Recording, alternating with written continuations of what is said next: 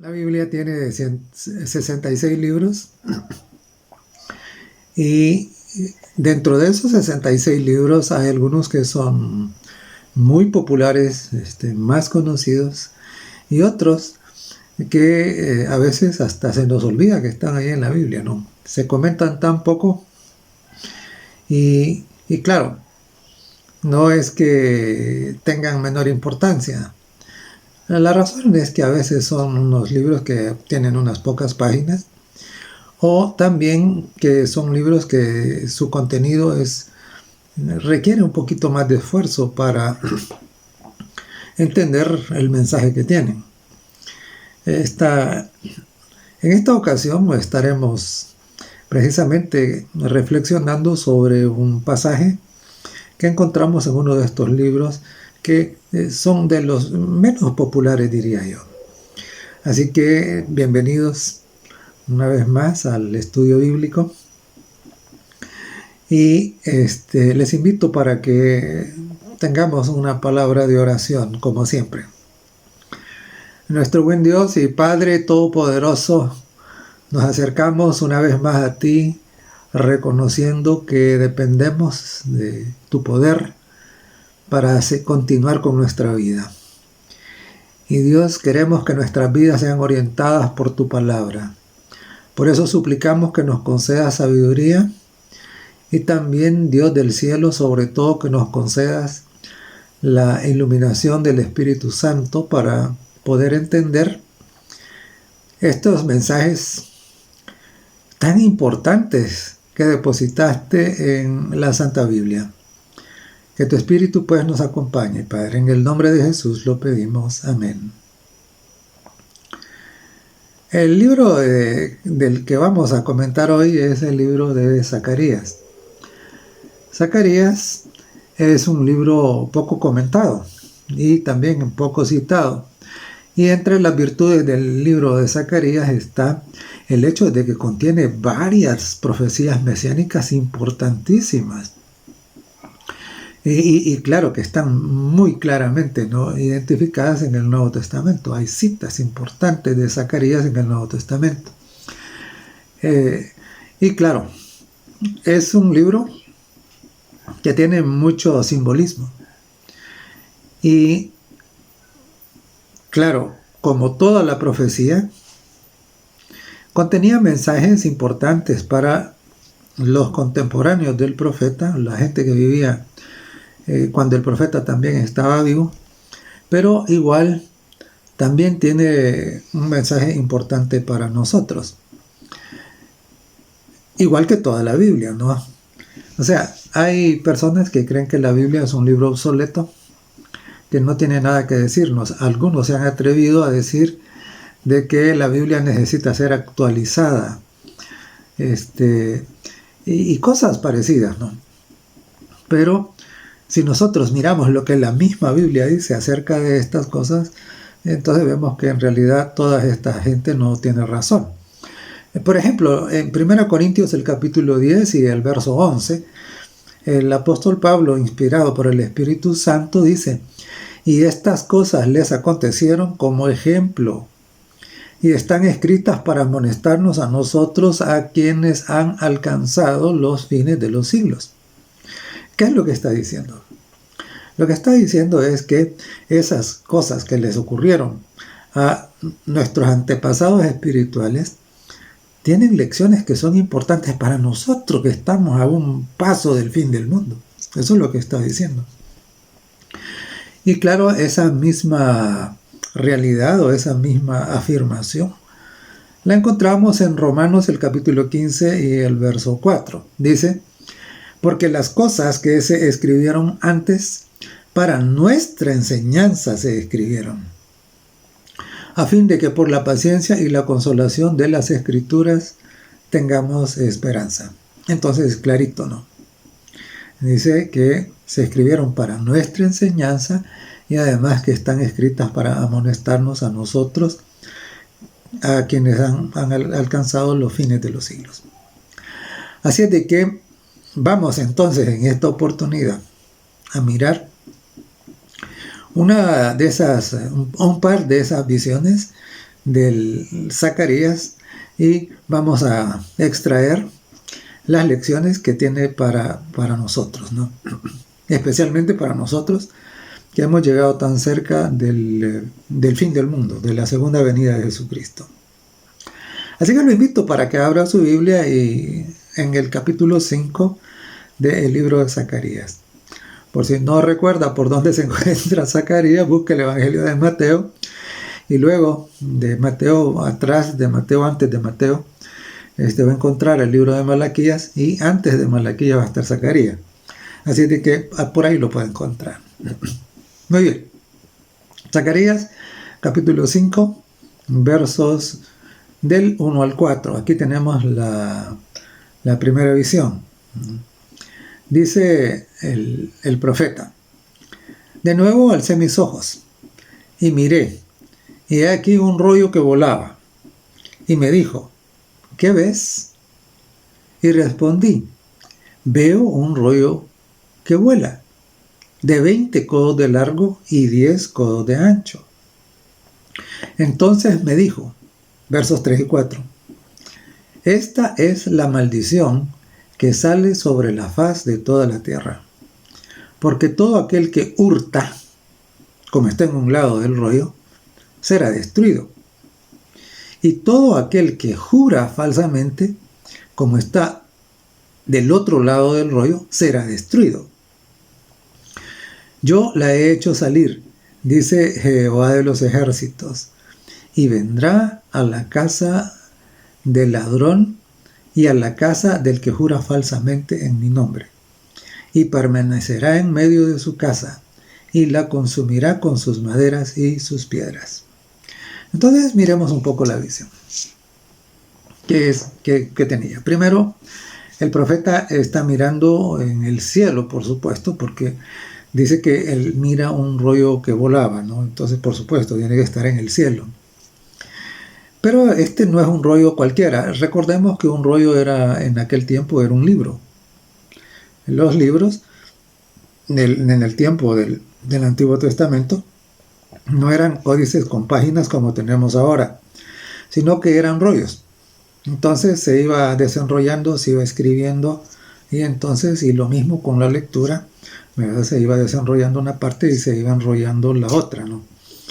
Entonces aquí tenemos esto, ¿no? Tenemos un rollo, es un libro, y es interesante porque cuando nosotros miramos las dimensiones del rollo, son dimensiones grandes, ¿no? Es un mega rollo. Fíjense que dice que tenía el rollo que vuela, tenía 20 codos de largo. 20 codos de largo. Un codo andaba ahí más o menos entre 45 y 50 centímetros. Entonces, claro, esto quiere decir que el rollo tenía de largo ahí aproximadamente entre 9 y 10 metros de largo. Pero dice que tenía también 10 codos de ancho, es decir, que el ancho del rollo era entre más o menos 4 metros y medio y 5 metros por ahí. Lo que ocurre es que los codos no eran todos iguales, habían varios codos y con diferencias pequeñas de medidas. De todas maneras es un rollo bastante grande, ¿no? Entonces aquí tenemos dos elementos importantes que considerar. Uno de esos es que el tamaño del rollo y el otro es que está en el cielo, ¿no? Porque está volando. Y contiene entonces un mensaje. Si está en el cielo y vuela y tiene esas dimensiones, es claro que tiene un mensaje que no debe pasar desapercibido, sino que debe ser un mensaje que llame la atención a toda la gente.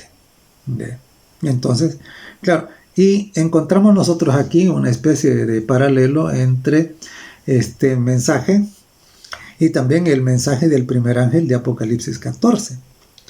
En el mensaje de Apocalipsis 14, en el verso 6, dice: y vi volar por en medio del cielo otro ángel que tenía el evangelio eterno para predicarlo a todas las naciones. En medio del cielo.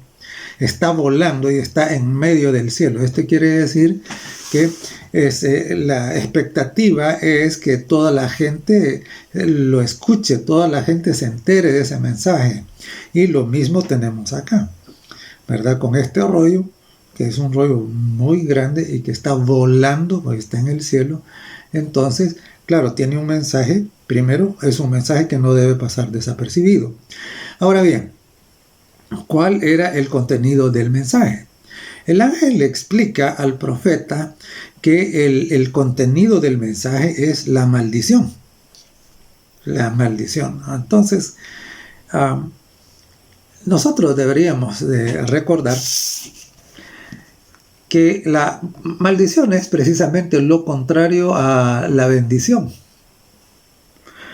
Y que la maldición no ocurre de manera caprichosa. La maldición tiene un origen, tiene su causa, ¿no? Y vamos a mirar un poco, vamos a ir un poco allá al libro de Deuteronomio y al capítulo 28. Deuteronomio, el capítulo 28. Y vamos a mirar en el capítulo 28 los versos 16 al 20. Y dice en Deuteronomio 28, 16 al 20, este es un pasaje que siempre debemos tener en cuenta, jamás debemos olvidarlo. Vamos a leer desde el 15, porque el 15 nos da la base y nos ayuda a entender esto, ¿no? Dice el verso 15 de Deuteronomio 28, pero acontecerá que si no oyeres la voz de Jehová tu Dios para procurar cumplir todos sus mandamientos y estatutos que yo te intimo hoy, que vendrán sobre ti todas estas maldiciones y te alcanzarán. En el capítulo 28 de Deuteronomio, antes de que lleguemos aquí al 15, Dios ha prometido bendiciones a todos los que obedezcan a sus mandamientos.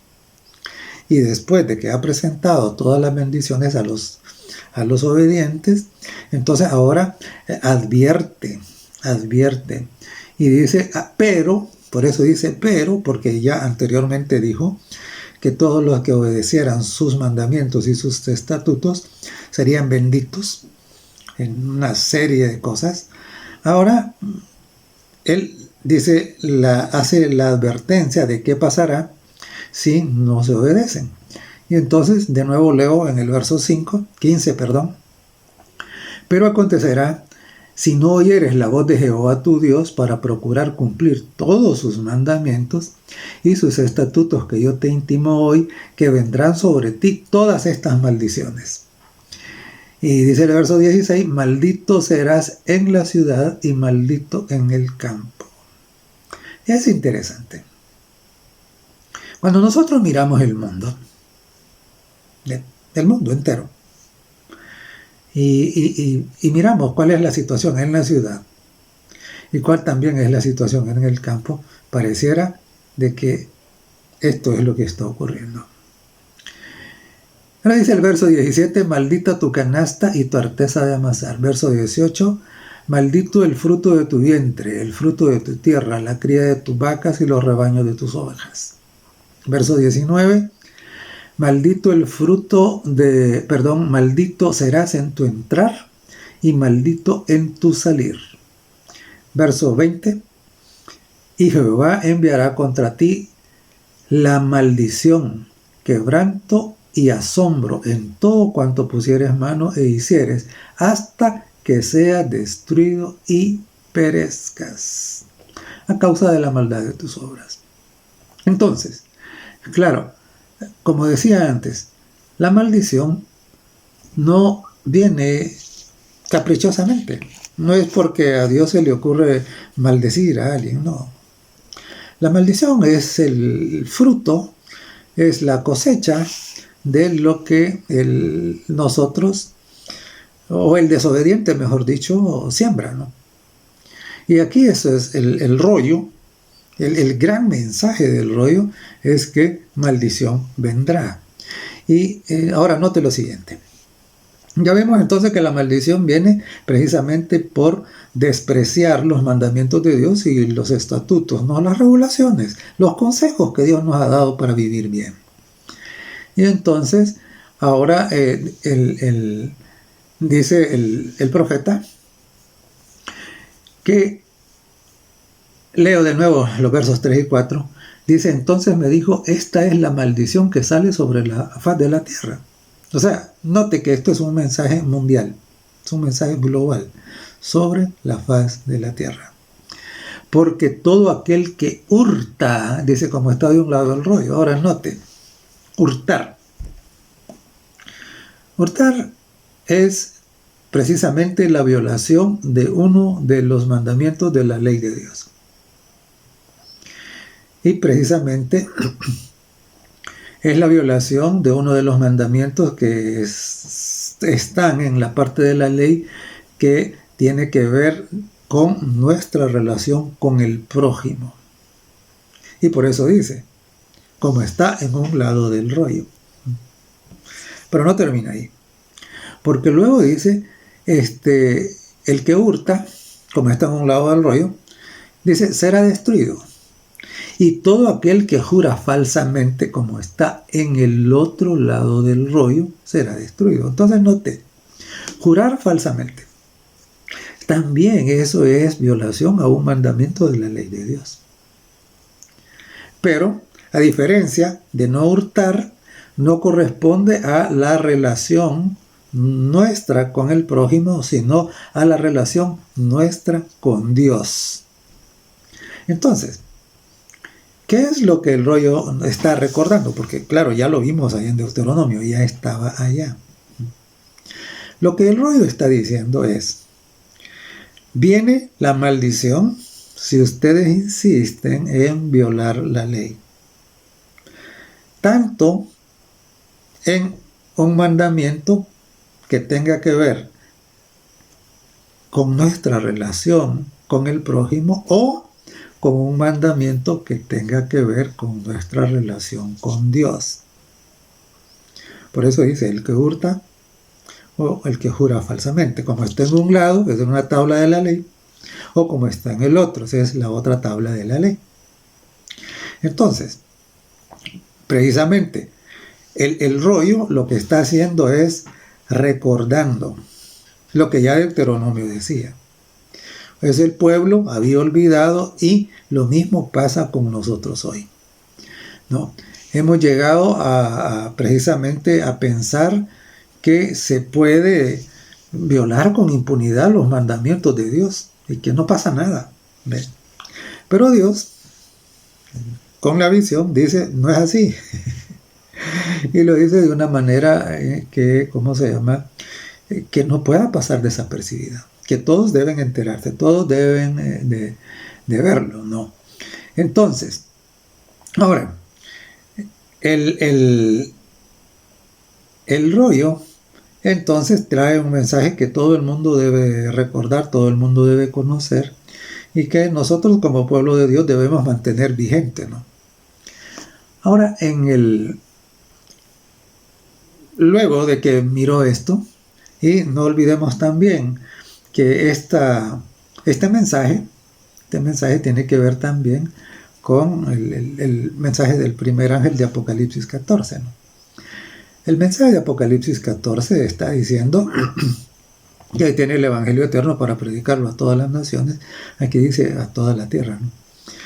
Y claro, hace una advertencia de que el juicio ha comenzado y que se debe adorar a Dios y que se debe temer a Dios.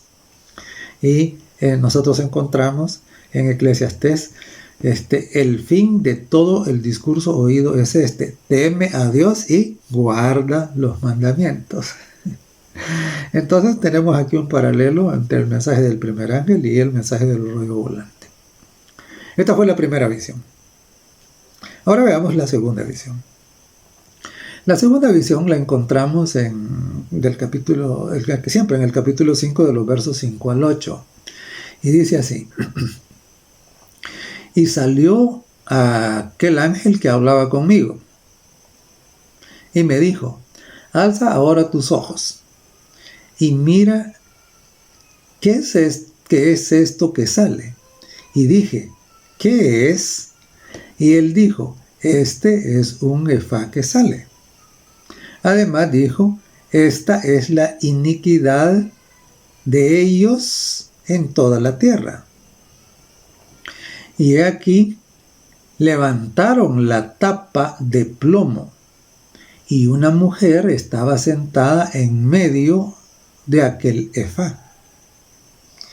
Y él dijo, esta es la maldad, y la echó dentro del efá, y echó la tapa de plomo en boca del efá. Y luego, en el verso 9, dice, alcé luego mis ojos y miré, y he aquí 2 mujeres que salían y traían viento en sus alas, y tenían alas como de cigüeña, y alzaron el efá entre la tierra y los cielos. Tengo que confesarles que la primera vez que leí el libro de Zacarías, me quedé en la luna con el significado de esta visión. Y claro, y la segunda vez que volví a leer el libro, entonces, pues, no había avanzado mucho. Algunos se desaniman cuando estudian la Biblia porque no comprenden algunas cosas, pero no se desanimen. Siga estudiando. Si no entiende, de momento no entiende una cosa y ya usted le pidió al Señor que se la muestre, que se la revele, y no le logra, no le haya entrada, no se detenga, usted siga. Y llegará el momento cuando Dios le va a dar el entendimiento, Dios le va a iluminar. A lo mejor usted tiene que aprender otras cositas primero, y cuando aprenda esas cositas primero, entonces usted va a entender las cosas. Se lo digo por experiencia, porque así me pasó a mí. Y entonces, claro, solo recientemente he podido unir las diferentes piezas y entonces encontrar el significado. Y qué fascinante, ¿no? El significado del capítulo 5 de Zacarías, ¿no? Y así que vamos, ahora les comparto qué son los hallazgos que se encuentran escondidos, encriptados, se dicen ahora, ¿no? Están encriptados o codificados en la visión de Zacarías del capítulo 5, de los versos 5 en adelante. Veamos entonces. Primero, ¿qué es lo que vio? Dice que vio un efá. ¿Qué era un efá? Un efá era un recipiente que servía en aquel tiempo como una medida para medir grano especialmente, ¿no? Entonces, claro, podía ser una caja, podía ser también una especie de olla, algo, un recipiente. Entonces se utilizaba para medir grano y tenía una capacidad de aproximadamente unos 22 litros. Ahora, no pierda de vista que es una medida. Un efá es una medida. Y entonces el profeta dice que vio que el efá salió y entonces el ángel le dice, esta es la iniquidad de ellos en toda la tierra. El efá es la iniquidad de ellos. Entonces, el efá es una medida. O sea, hay una medida que es iniquidad. ¿De quiénes? Bueno, del pueblo. Y hay una medida que es una iniquidad del pueblo. Ahora bien, dice que el efá tenía una tapa de plomo.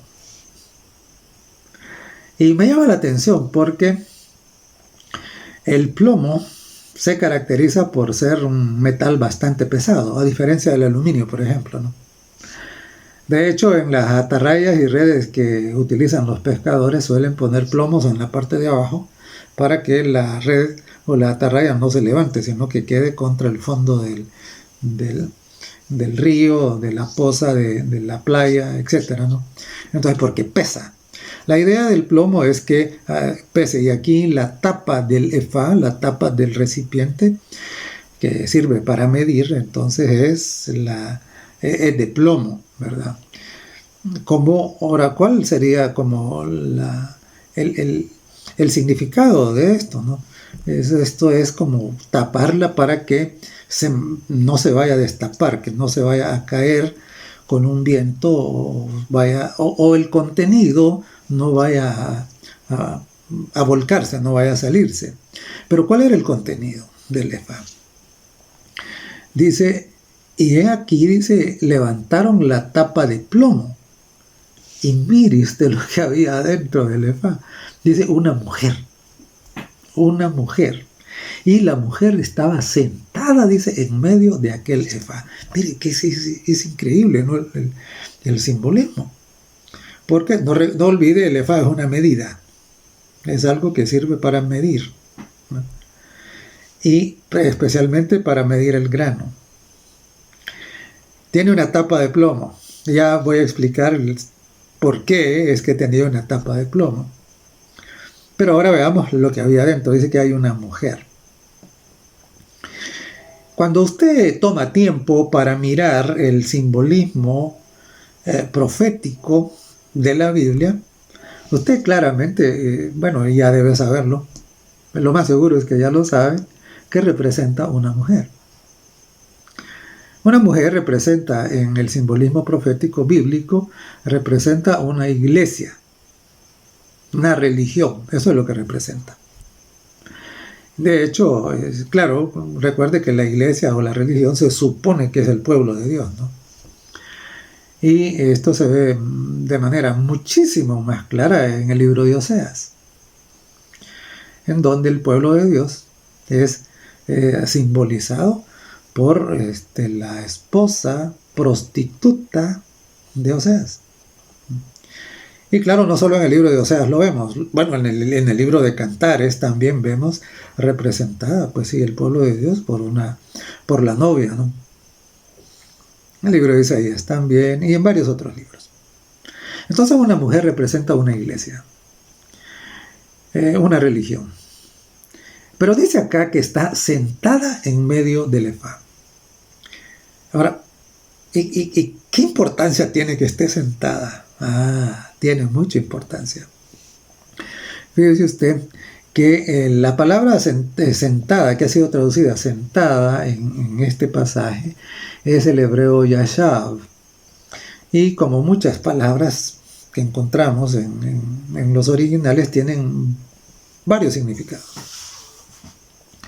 Pero el significado al que quiero llamar la atención es este. Yashav significa también estar sentado para presidir algo. ¿Y qué significa presidir? Bueno, el presidente es el que preside, ¿no? O sea que él es el que gobierna, el que da órdenes, ¿no? Entonces aquí tenemos una iglesia que presidirá una medida. Está sentada en medio del efá. Presidirá una medida. Y que por el momento tiene una tapa de plomo. ¿Qué significa la tapa de plomo? Lo que significa la tapa de plomo es un poder refrenador. Es decir, la mujer está ahí preparándose para presidir una medida, pero por el momento no puede hacerlo. Porque hay un poder refrenador, es la tapa de plomo, no lo deja. Y recuerde que cuando el profeta miró a la visión y levantaron la tapa para que ella, para que mirara lo que había adentro, dice que el ángel la empujó de nuevo y le puso la tapa otra vez. O sea, todavía no es el tiempo en que esta mujer debía de salir, sino que por el momento estaba sujeta a un poder refrenador representado por la tapa de plomo. Entonces, ese es el cuadro que tenemos, que nos van diciendo el simbolismo hasta dónde vamos, ¿no? El Efa es una medida, adentro lo que hay, y dice que es una medida que se llama maldad, se llama iniquidad, y que adentro del Efa lo que hay es una mujer, es una iglesia que está lista para presidir, pero que por el momento no puede ejercer esa presidencia por el hecho de que la tapa de plomo no se lo permite, ¿no? La tapa de plomo aquí está jugando un papel bastante parecido al de los ángeles en Apocalipsis en el capítulo 7. Dice que están deteniendo los vientos, ¿no? Para que no se suelten todavía antes del tiempo. Llegará el tiempo cuando lo van a soltar, y aquí también llegará el tiempo cuando la tapa de plomo será quitada, ¿no? Pero y es interesante porque esto de medida tiene que ver con juicio. Sí, si usted recuerda, en el capítulo 5 del libro de Daniel, nosotros encontramos allá el relato cuando Belsasar comete el sacrilegio de mandar a traer los vasos sagrados que habían sido traídos del templo de Jerusalén y utilizarlos de manera profana. Hace un acto de profanación horrendo, ¿no? Y entonces, claro, inmediatamente aparece la mano escribiendo un mensaje en la pared, y una de las palabras que escribió era tekel. ¿Qué significaba tekel? Tekel significaba pesado has sido en balanza y fuiste hallado falto.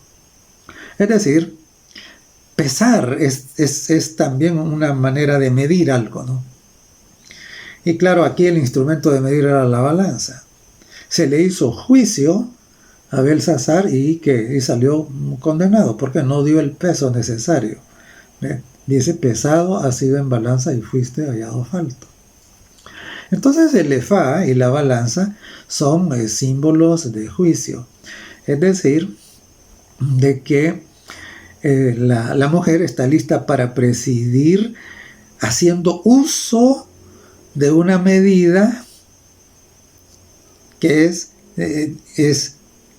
inicua, es una medida de iniquidad, y que eso va a ser utilizado para medir el grano.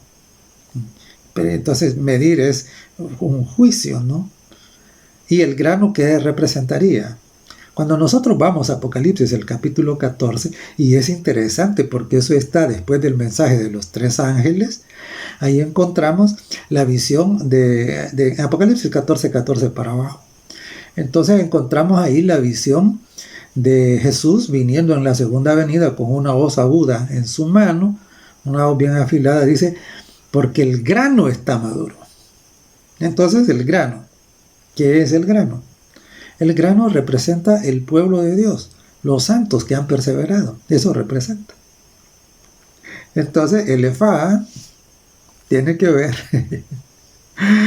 con un juicio al que sería sometido en la tierra, un juicio presidido por esa religión. Pero hay algo más, Y ya voy a explicar cómo es eso del juicio y la medida, y eso ya lo voy a explicar. Pero sigamos adelante. Porque dice que la visión no concluye ahí, la visión todavía vio algo más. ¿Y qué es lo que vio? Dice al verso 9, estoy en el verso 9 del capítulo 5 del libro de Zacarías. Alcé luego mis ojos, dice, y miré. Y hay aquí 2 mujeres. 2 mujeres. Allá teníamos una que está adentro, que es la que va a presidir. ¿Y qué son las mujeres? Bueno, ya usted lo sabe. Las mujeres son iglesias. Son iglesias. O sea, hay una iglesia que va a promover la iniquidad, va a presidir que el grano sea medido, es decir, juicio, que por el momento está siendo refrenado, tapa de plomo. Y entonces aquí tenemos 2 mujeres, o sea, 2 iglesias.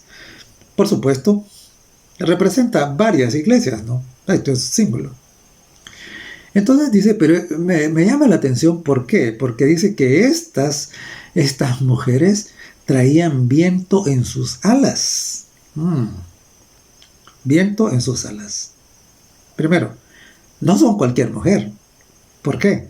Porque tienen alas. Ya esto, y en el simbolismo bíblico, ¿quiénes son los que tienen alas? Son los ángeles. Entonces las mujeres tienen alas y dice que traían viento en sus alas. ¿Y qué es esto de que traen viento en sus alas? Cuando nosotros vamos y miramos en la palabra hebrea traducida por viento, es ruaj. Y cualquiera que conozca un par de palabras en hebreo, porque esto es una palabra muy importante en la Biblia, ¿no? Ruaj. Ruaj lo que significa es espíritu. Espíritu. Entonces notemos algo. Notemos que estas mujeres, estas iglesias, entonces forman parte de su dinámica, ¿qué? Los espíritus. Y claro, recordemos que tenemos dos clases de espíritus. Los espíritus ministradores que están al servicio de los santos, que son los ángeles santos, los ángeles de Dios. Pero también están los espíritus que el apóstol Pablo en Efesios le llama huestes espirituales de maldad en los aires. Y de hecho, recuerde usted lo que dice el apóstol Juan en sus epístolas. Dice, no creáis a todo espíritu, sino probad los espíritus si son de Dios. Entonces, es normal que en las iglesias haya, pues sí, los espíritus acompañen a las iglesias. Eso es normal. La pregunta es, ¿qué clase de espíritu? Se supone que a la iglesia de Dios, al pueblo de Dios, lo acompañarán los ángeles santos. Porque el ángel de Jehová acampa en derredor de los que le temen y los defiende. Entonces, claro, los ángeles santos son los que asisten al pueblo de Dios, al rebaño del Señor. Pero existen los otros también. Existen los otros. ¿Y de cuáles está hablando acá? Estas dos iglesias que tienen alas y que traen viento en sus alas, ¿qué clase de espíritus son los que deambulan ahí? Veamos. Porque dice, y tenían alas como de cigüeña. Ahí está la clave, ¿verdad? Eso nos dice de que los espíritus que asisten a estas iglesias no son los espíritus de Dios. No son los ángeles santos. No es el Espíritu Santo. Porque dice que tenían alas de cigüeña. ¿Y qué tiene que ver eso? Tiene que ver. Porque, recuerde, en Apocalipsis el capítulo 18 y en el verso 2 leemos, y clamó con voz potente diciendo, ha caído la gran Babilonia, y se ha hecho habitación de demonios. Oiga, habitación de demonios, y guarida de todo espíritu inmundo, y albergue de toda ave inmunda y aborrecible. Entonces, note, Apocalipsis 18:2 nos dice claramente, nos interpreta que las aves inmundas y aborrecibles son un símbolo de los demonios, de los espíritus inmundos. Y es interesante porque la cigüeña es un ave que la Biblia caracteriza como inmunda. Ahora, note el contraste. Las palomas es un ave que en el Antiguo Testamento encontramos que es un ave limpia. Y por eso es que la paloma se utilizó como un símbolo para representar la venida corporal del Espíritu Santo en ocasión del bautismo de Jesús. Entonces, la paloma representa el Espíritu Santo, el Espíritu que viene del cielo. Pero aquí no es una paloma, es una cigüeña. Apocalipsis 18:2 ya nos dijo que las aves inmundas y aborrecibles son espíritus de demonios. Entonces, ¿aquí qué tenemos? Pues, dice que estas iglesias, estas dos mujeres, vienen, dice, y vienen propulsadas, vienen empujadas. ¿Por qué? Por espíritus, pero no son espíritus del cielo, no son espíritus enviados por Dios, sino que son espíritus, son huestes de maldad en los aires. Recuerde, eso es lo que dice el apóstol Pablo en Efesios, esos son los vientos aquí, ¿no? Huestes de maldad en los aires. Entonces, ahora note lo que dice. Y dice que alzaron el efá entre la tierra y los cielos. Esto es grave. Esto es grave. ¿Por qué? Porque el efá era una medida de iniquidad. Y el efá lo que contiene adentro es ¿qué? Es a esta mujer que representa precisamente la maldad, la iniquidad, y que está lista para presidir. Pero y tiene una tapa de plomo, ¿no? Y entonces ahora y es una iglesia. Entonces ahora dice aquí que hay otras iglesias que, impulsadas por estos espíritus, que no son los espíritus de Dios, levantan el efá, es decir, esa medida de iniquidad que tiene la mujer escondida adentro, la levantan y dice que la ponen entre la tierra y los cielos. ¿Qué quiere decir esto, que la ponen entre la tierra y los cielos? Y aquí note lo siguiente.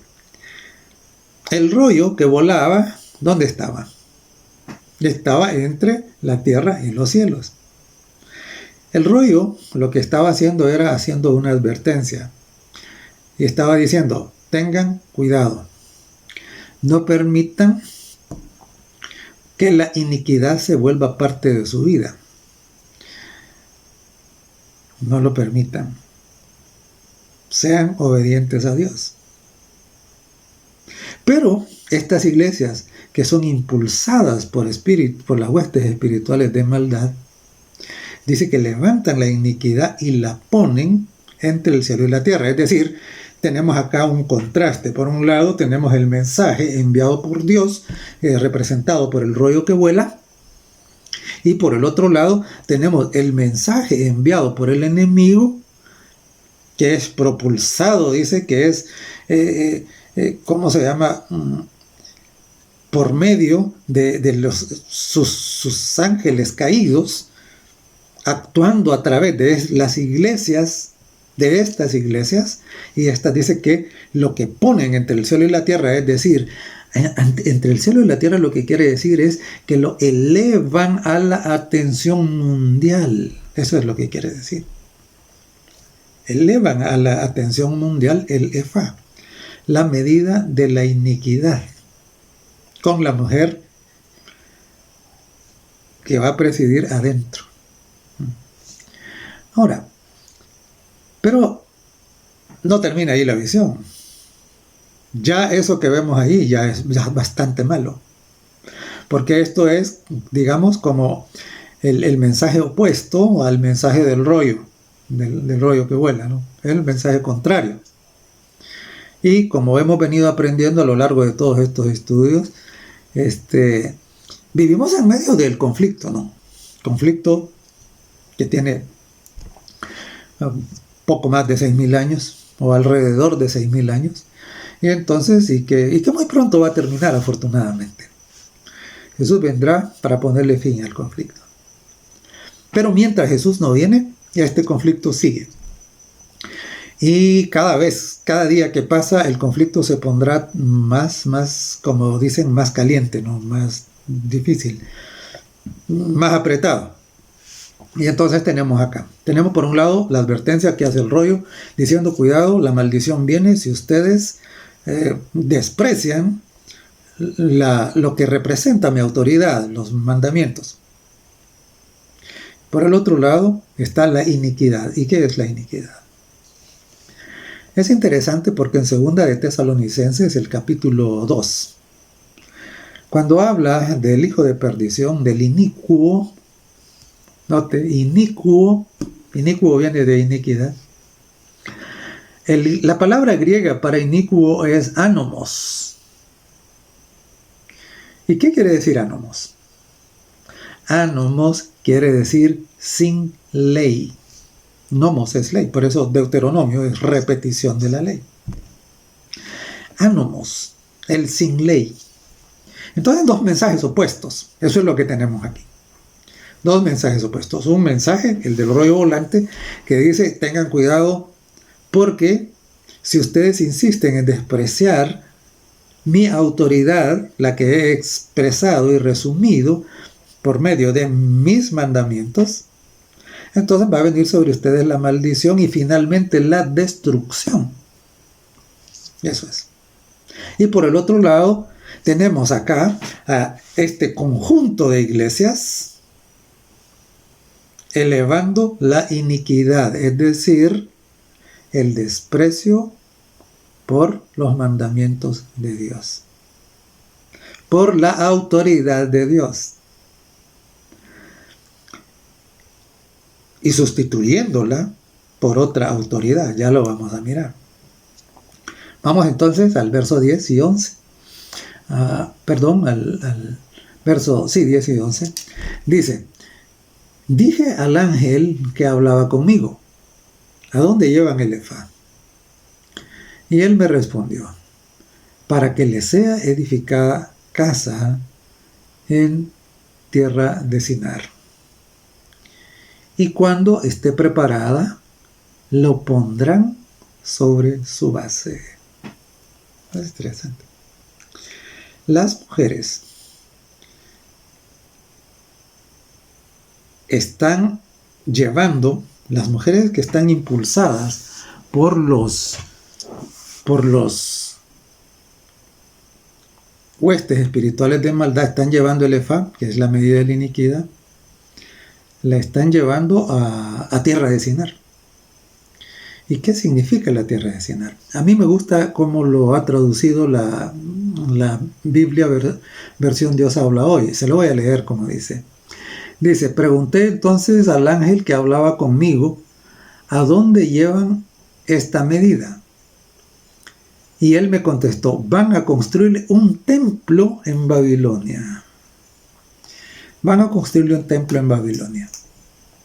Y luego dice, cuando ya esté terminado el templo, ahí sobre cuando ya esté terminado el templo, lo instalarán ahí sobre un pedestal. ¿Y qué quiere decir esto de que le edificarán un templo en Babilonia y un pedestal? Aquí son esas tres cosas que debemos entender. Llevan el efa. Adentro va la mujer, la iglesia esta que está lista para presidir, pero que no preside todavía porque tiene la tapa de plomo. Entonces estas iglesias movidas por los espíritus de maldad, dice que la llevan y llevan todo el efa, o sea, la medida de iniquidad, la llevan y la llevan para Babilonia, dice. Entonces, veamos un poquito qué es Babilonia. ¿De dónde viene la palabra Babilonia? Babilonia viene de Babel. ¿Y qué significa Babel? Confusión. ¿Y cuál es el origen de la confusión? Mire, el Señor Jesucristo fue bien claro y dijo, santifícalos en tu verdad porque tu palabra es la verdad. Y cuando se abandona la palabra de Dios, inmediatamente se cae en la confusión. Inmediatamente. Entonces se deja de ser discípulo verdadero. Jesús lo dijo en San Juan 8:31. San Juan 8:31. Si permaneciereis en mi palabra, seréis verdaderamente mis discípulos. Entonces, Babilonia precisamente está constituida por todas aquellas religiones, todas aquellas iglesias que han rechazado total o parcialmente la Biblia. Es decir, no necesitan rechazar toda la Biblia, con una parte que rechacen basta. Eso es lo que dice Santiago. Dice Santiago, cualquiera que guardare toda la ley pero ofendiera en un punto es hecho culpable de todos. ¿Por qué? Porque claro, el que rechaza aún la más pequeña parte de la Biblia, lo que está diciendo es Dios no tiene la autoridad total. Él solo tiene una autoridad parcial. Y los que la rechazan entera dicen Dios no tiene autoridad sobre mí, para nada. ¿Ve? Entonces, Babilonia está constituida por todos aquellos que han caído en confusión por causa del rechazo total o parcial de la Biblia. Entonces están llevando el Efá para instalarlo en medio de este gran concierto de religiones que han caído en confusión porque han rechazado total o parcialmente la Sagrada Escritura. Y es interesante porque dice, fueron a construirle un templo. ¿Y qué es el templo? ¿Qué es ese templo que le están construyendo? El templo es simbólico. Y por supuesto, este no es un templo material, esto es un templo, como es simbólico, es un templo espiritual. Y el templo, el templo lo que representa es una estructura en la cual se juntan, se congregan los adoradores. Y eso es lo que significa templo, ¿verdad? Entonces dice que iban a construirle un templo, una estructura donde se congregan los adoradores. ¿Y qué es ese templo que está construyéndose ahora? Que están construyendo las iglesias que forman las religiones y las iglesias que dicen que son cristianas pero han rechazado la Biblia o parte de ella. Ese templo se llama movimiento ecuménico, religión ecuménica. Es ahí donde, y es interesante porque usted oye decir a los ecuménicos que la doctrina no importa, porque la doctrina separa. Mire, la doctrina es la palabra de Dios, la doctrina es la autoridad de Dios. Usted no puede meterse en el ecumenismo a menos que rechace la doctrina, y la doctrina es la autoridad establecida por Dios. Es la palabra de Dios, está rechazando su autoridad. O sea, usted no puede ser ecuménico y además mantenerse fiel a la revelación dada por Dios en la Sagrada Escritura. No puede hacerlo.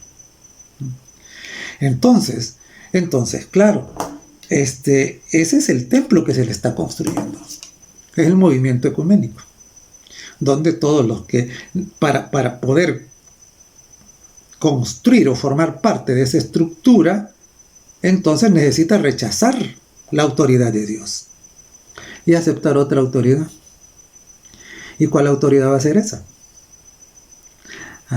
Es la autoridad de la mujer que presidirá, que por el momento se encuentra adentro del Efá. Por el momento. Ahí está. Entonces, pero dice, además de que dice que le llevan a Babilonia, toda esa confusión, le construyen un templo. Pero además de eso dice que cuando ya esté terminado el templo, la instalarán ahí sobre un pedestal. ¿Y qué significa esto? Mire, cuando sea instalada sobre el pedestal, es que se le va a quitar la tapa de plomo. Se le va a quitar. Y me llama la atención porque, ¿qué significa pedestal? Según el diccionario, el pedestal es un cuerpo sólido sobre el que se apoya, dice, una columna, una estatua u otro objeto. O sea, el pedestal sirve para poner ahí un ídolo. Materialmente eso. Pero también es más importante lo que dice el diccionario a continuación, porque dice que también es la buena opinión o consideración en que se tiene a una persona. Es decir, cuando se le hace propaganda a una persona para que todo el mundo la considere un superhéroe, eso es armarle un pedestal. Entonces, pregunto, ¿a quién le está formando un pedestal y queriendo hacerlo aparecer como superhéroe? El movimiento ecuménico. ¿A quién? ¿Ah? ¿Y quién está presidiendo el movimiento ecuménico? ¿Quién es el que convoca a todas las iglesias y a las demás religiones no cristianas? Está claro, ¿verdad?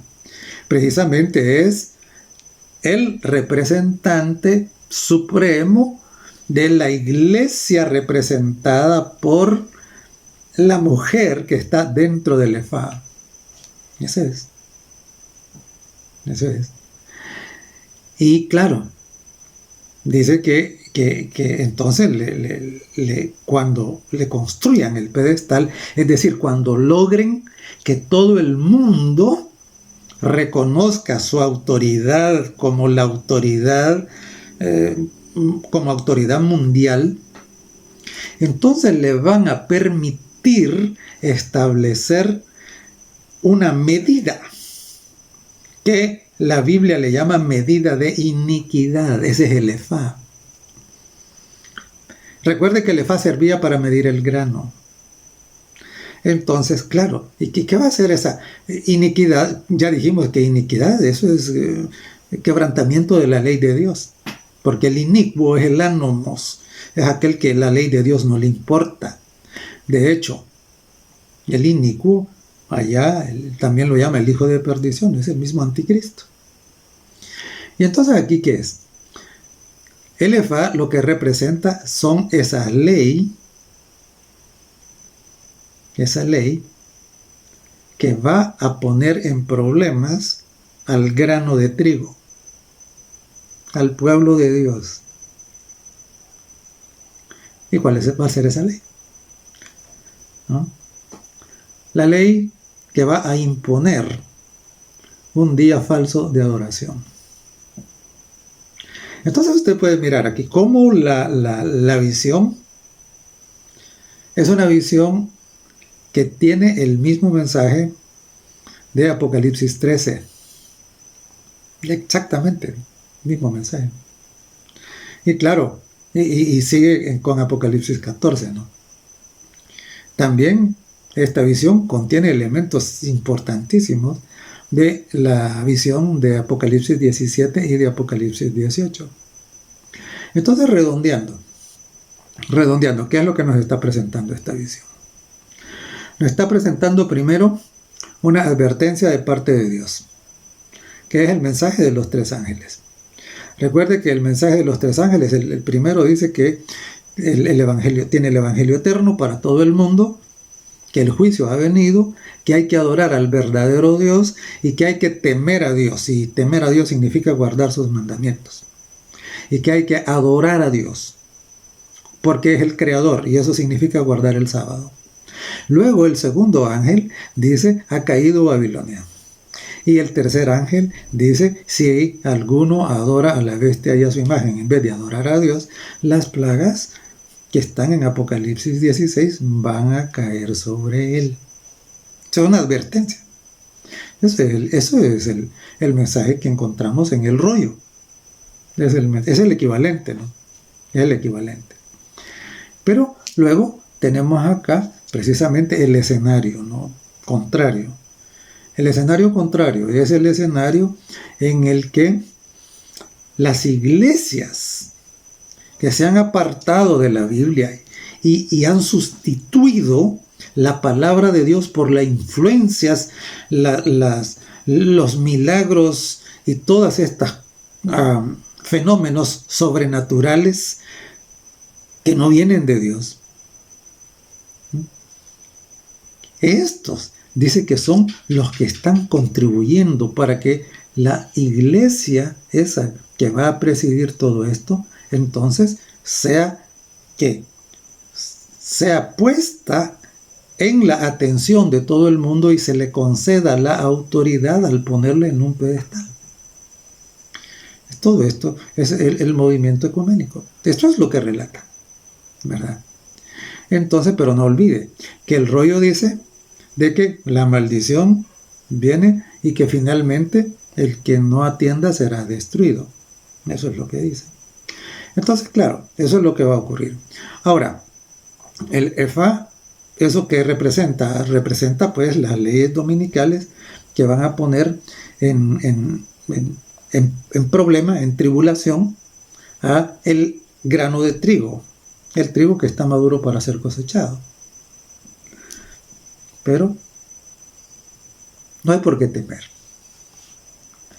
Porque justo en Apocalipsis, después de que Babilonia ha caído, capítulo 18, tenemos el rescate fantástico por parte del Cordero, por parte del Rey de Reyes y Señor de Señores, capítulo 19 de Apocalipsis. Entonces no tenemos que temer. No tenemos que temer si nosotros nos aseguramos de que vamos a ser parte del trigo maduro. Entonces no tenemos que temer. ¿Por qué? No vamos a prevalecer por nuestra propia fuerza, nuestra propia sabiduría, no, por nada de eso. No, eso no es. Lo que nos va a hacer prevalecer es nuestra confianza en Jesucristo y nuestra fidelidad a 100% a su palabra. Eso es, 100% a su palabra. Porque cualquiera que guardare toda la ley pero ofendiere en un punto es hecho culpable de todos. No lo olviden. Porque Jesús dijo, si permaneciereis en mi palabra, seréis verdaderamente mis discípulos. Dice Apocalipsis 14, verso 12, aquí está la paciencia de los santos, los que guardan los mandamientos de Dios y tienen la fe de Jesús. Entonces, claro, no tiene por qué temer. Sí tiene que temer y debe tener temor si usted va a permanecer de parte de estas mujeres que representadas acá. ¿Por qué? Porque no están actuando de parte de Dios. Pareciera. ¿Por qué? Porque son religiones. Son mujeres. Entonces son religiones. Pareciera de que es espiritual y algunos se atreven a decir que todas las religiones son iguales, que todas son buenas. No es así, eso no es lo que la Biblia dice. Aquí tenemos claro, ¿verdad? Estas dice que son movidas, ¿por qué? Por espíritus inmundos, alas de cigüeña, ese viento, ¿no? Huestes espirituales de maldad en los aires. Eso es lo que mueve todo esto. Y lo que están promoviendo es que es la iniquidad, es el desprecio por la autoridad de Dios. Eso es lo que están promoviendo. Y se están uniendo precisamente construyendo ese templo simbólico, esa estructura que es el ecumenismo. Entonces, claro, ¿y de qué sirve saber esto? Sirve y mucho. ¿Por qué? Porque en Apocalipsis el capítulo 18 y el verso 4, Dios dice que adentro de estas religiones que aparecen simbolizadas acá por estas mujeres, hay personas que son sinceras y que aman a Dios y que no se han dado cuenta que están engañadas. Y por eso el Señor la llama pueblo mío. Apocalipsis 18:4, qué texto más hermoso, ¿verdad? Dice, salid de ella, pueblo mío. Y usted que me está mirando, que está escuchando esta reflexión, piense un momento. ¿no? Piensen. Salid de ella, Dios le manda a decir, salid de ella, pueblo mío. Puede ser que usted pertenezca a alguna religión, alguna denominación, alguna iglesia de las que están representadas. Puede ser que por la que está dentro del EFA, que estaría, bueno, eso representaría que la estructura católica conducida por el Papa. ¿Ve? O las otras, las que mueven el EFA son, ¿qué? Serían pues las otras iglesias que, bueno, aseguran ser cristianas, pero que han rechazado. Y es interesante porque usted puede mirar el rechazo que se ha hecho de la palabra de Dios. Bueno, rechazan los mandamientos del Señor, que eso es grave ya. Además de eso, le dan cabida a estas ideas de moda, como como el homosexualismo, por ejemplo, ¿no? Y otras cosas parecidas. Entonces, al abandonar la palabra, la corrupción entra. Y cada vez es más. Y la gente mantiene su fe no basada en la palabra, sino basada en milagros, basada en visiones, basada en adivinaciones y cosas parecidas.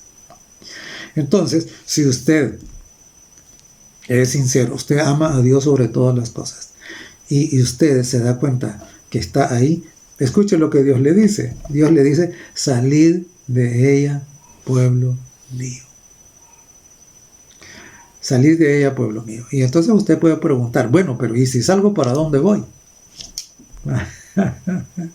Por eso el Señor le manda a decir también, Apocalipsis 14:12, aquí está la paciencia de los santos, los que guardan los mandamientos de Dios.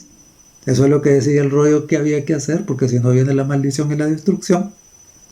Y tienen la fe de Jesús.